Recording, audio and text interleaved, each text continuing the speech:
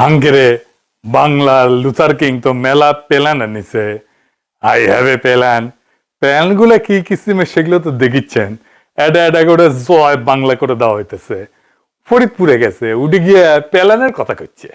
মানে ফরিদপুরের জন্য প্ল্যান আনিছে, শুনে নাকি? প্রিয় ভাই বোনেরা, এই ফরিদপুরের চর অঞ্চলগুলো ধরে চল অঞ্চলগুলো নিয়ে প্রচুর পরিমাণের সোয়াবিন চাষ হয় না?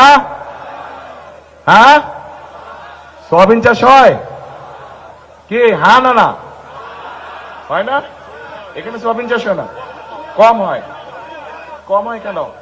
ভুট্টা হয়, ভুট্টা চাষ হয়, রাইট? হ্যাঁ, ভুট্টা চাষ হয়।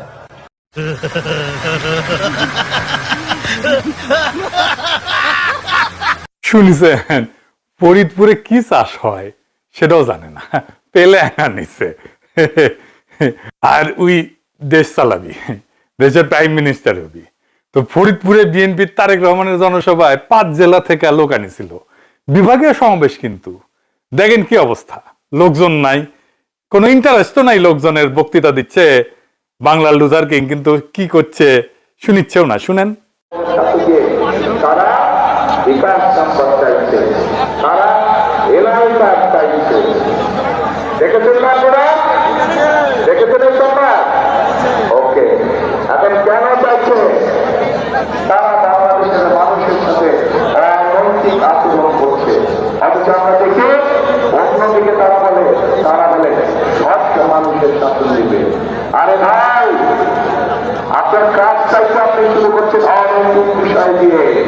যেখানে আপনি নিজেই অনৈতিক বিষয় দিয়ে কাজ শুরু করছেন, সেখানে আপনি কি করে আশা করেন জনগণ কি করে আশা করবেন আপনারা মানুষের শাসন দেবেন? দেখেছেন এদিকে তারেক বসন্ত, মানে জল বসন্ত না গুটি বসন্ত, আমার চান্দির চুল জিনকে পাতলা হচ্ছে, সিনকে দেখি লোকজন নাই হয়ে যাচ্ছে পিছের থেকে। এটাই আসলে বাংলার লুথার কিং এর আসল পলিটিক্যাল শক্তি, বুঝেছাও?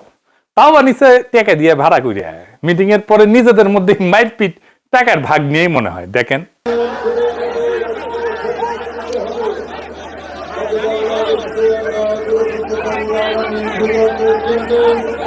এই দল নাকি বাংলাদেশকে স্থিতিশীল করবে। বাংলাদেশের সাম্প্রতিক সহিংসতার 92% সাথে যুক্ত বিএনপি। টিআইবির গবেষণা আসছে, আর তারেক রহমান বলে যে নির্বাচনে জিতে বাংলাদেশে স্থিতিশীলতা আনবে। তারেক রহমানের চাকর বাকরেরা আমার পোস্টে এসে কমেন্ট বক্সে বলে আমার জন্য নাকি দেশে শান্তি আসতেছে না, দেশকে অশান্ত করাই নাকি আমি সহ আরো কয়েকজনের মিশন। এদের হাতে ক্ষমতা তুলে দিতে চান যারা ক্ষমতার বাইরে থাকার সময় দেশকে এইভাবে জাহান্নাম বানায় ফেলিছে। তারেক রহমান জিতে যাচ্ছে, যা করছে সেটি ধরা গেছে উল্টা পাল্টা কথা কইয়া। আমি আর সবগুলা ধরলাম না, আরো কি কি করেছে জানেন? চট্টগ্রামে যাইয়া কইছে চট্টগ্রাম বাণিজ্যিক না রাজধানী বাস্তবায়ন করবি। শুনেন। সমগ্র চট্টগ্রাম সহ সারা দেশে বহু মানুষের কর্মসংস্থান হবে, সারা দেশে ব্যবসা বাণিজ্য অনেক চাঙ্গা হবে, যাতে করে মানুষের কর্মসংস্থান হবে, মানুষ চাকরি ব্যবসা বাণিজ্য করে যেতে পারবে। কি সেটি? বাণিজ্যিক রাজধানী। 2003 সালে চট্টগ্রামকে বাণিজ্যিক রাজধানী স্বীকৃতি দেওয়া হয় এবং 2017 সালে চট্টগ্রামকে বাংলাদেশের বাণিজ্যিক রাজধানী ঘোষণা করা হয়। মানে খালেদা জিয়া এইটাকে বাণিজ্যিক রাজধানী স্বীকৃতি দিছিল, আর হাসিনা বাণিজ্যিক রাজধানী ঘোষণা দিছিল। কুমিল্লার জিয়া কইছে যে কুমিল্লাতে ইপিজেড করা হবে আস্তে আস্তে। শুনেন। কুমিল্লায় এই ইপিজেড আস্তে আস্তে একটা একটা করে ইপিজেড আমরা কুমিল্লাতেও করতে চাই। কুমিল্লাতে ইপিজেড আছে 2001 সাল থেকে। তারপরে রংপুরে যে কইছে তিস্তা ব্যারেজের স্বপ্ন, সেখানে নাকি তারা হাত দিবে আর কি। তিস্তা ব্যারেজ প্রকল্পের কাজ ইনশাল্লাহ 12 তারিখে নির্বাচনের পরে 13 তারিখে বিএনপি ইনশাল্লাহ সরকার গঠন করলে এই এলাকার মানুষের জন্য যে তিস্তা ব্যারেজের স্বপ্ন, সেটি পূরণের কাজে যথাসম্ভব দ্রুত হাত দিব ইনশাল্লাহ। তিস্তা ব্যারেজ উনার বাবা জিয়া 1979 সালে ভিত্তিপ্রস্তর স্থাপন করে, এরশাদ উদ্বোধন করে। সেটা তারেক রহমান আবার বানাবে তিস্তা ব্যারেজ। মির্জা ফখরুল কইছে জামাতে ইসলামী দেশ থেকে পিছায় নিয়ে যাইতে চায়। জামাতে ইসলাম এই দেশটাকে আফগানিস্তানে পরিণত করতে চায়, পিছন দিকে নিয়ে যেতে চায়। জামাতে ইসলাম একটা দল, যে দলটা আমাদেরকে সামনের দিকে যেতে বাধা দেয়। বন্ধুগণ, আমরা পিছনে যেতে চাই না। তারেক রহমান তো নিজেই পিছায় নিয়ে যেতে চায় দেশকে। সে 1979 সালে নিয়ে যেতে চায়, যখন তিস্তা ব্যারেজ হয় নাই, যখন চট্টগ্রাম বাণিজ্যিক রাজধানী হয় নাই, কুমিল্লায় ইপিজেড হয় নাই। তো এই তারেক রহমান বাংলাদেশের পিএম হবি? এগুলো তো পেলার না, এগুলো হলো মূলা। এর মধ্যে কিছু মূলা আগেই পৌঁছে গেছে।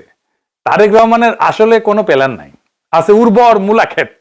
সেই ক্ষেত চাষ করে তারেক রহমানের চাকর বাকরেরা, সার দেয় বিএনপির নয়া ভাতার ভারত। হাসিনার আওয়ামী লীগ যেমন কইছিল যে নির্বাচনে জিতলে 10 টাকার চাল খাওয়াবে, আর বিএনপি বলে নির্বাচনে জিতলে 2500 টাকার বাজারের পয়সা দিবে। দেখেন কত হাস্যকর এই প্ল্যান।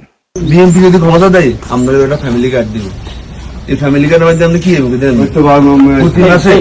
প্রতি মাসে আমরা 2500 টাকার দ্রব্যমূল্য জিনিস ফেরত, নিত্য প্রয়োজনীয় জিনিস আপনাদের এটা দরকার।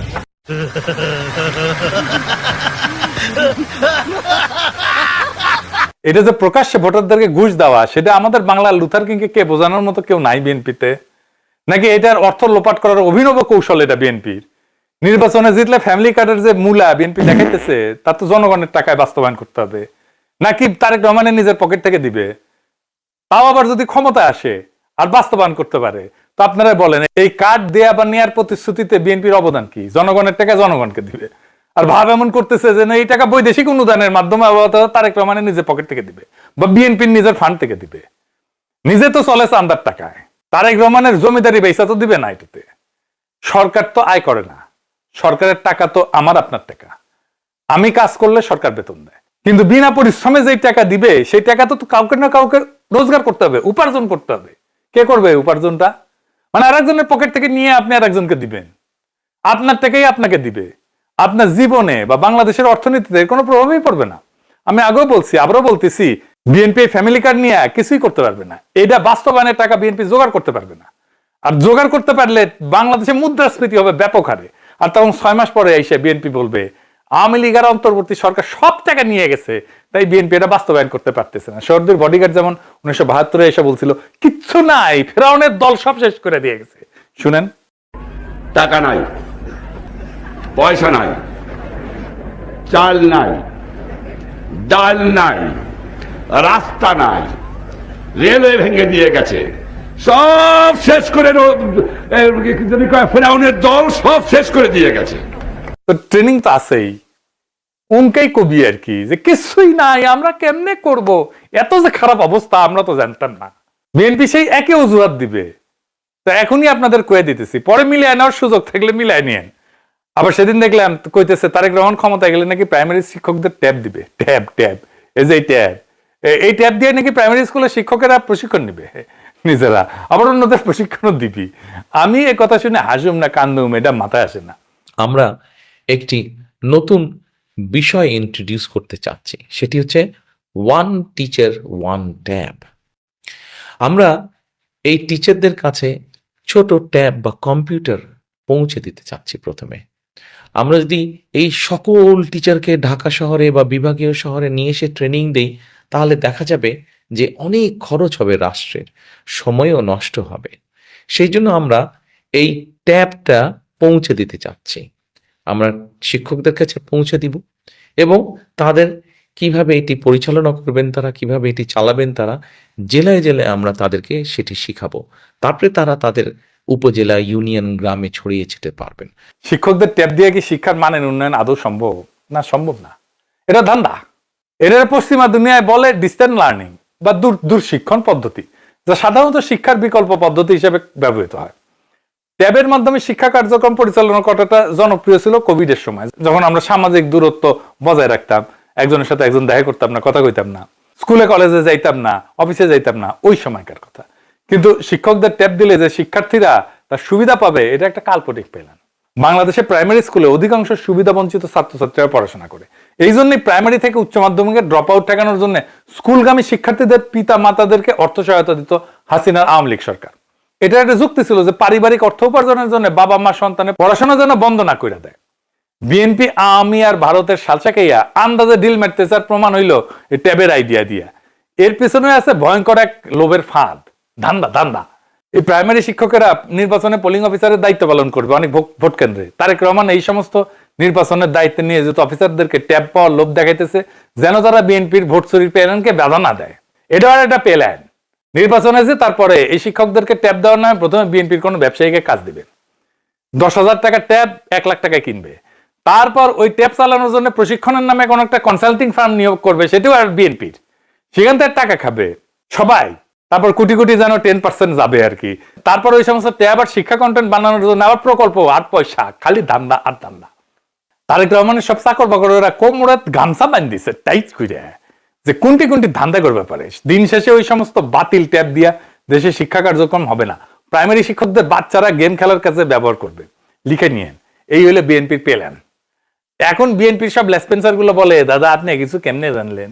ভাই আমরা রাজনীতি করি, মানুষের সাথে মিশি, কথা বলি, মানুষ নিয়ে আমাদের কাজ। আমরা টেম্পু স্ট্যান্ড দখল, আওয়ামী লীগের ব্যবসা দখলের ধান্দা করি না। যাই হোক, মূল আলাপে আসি।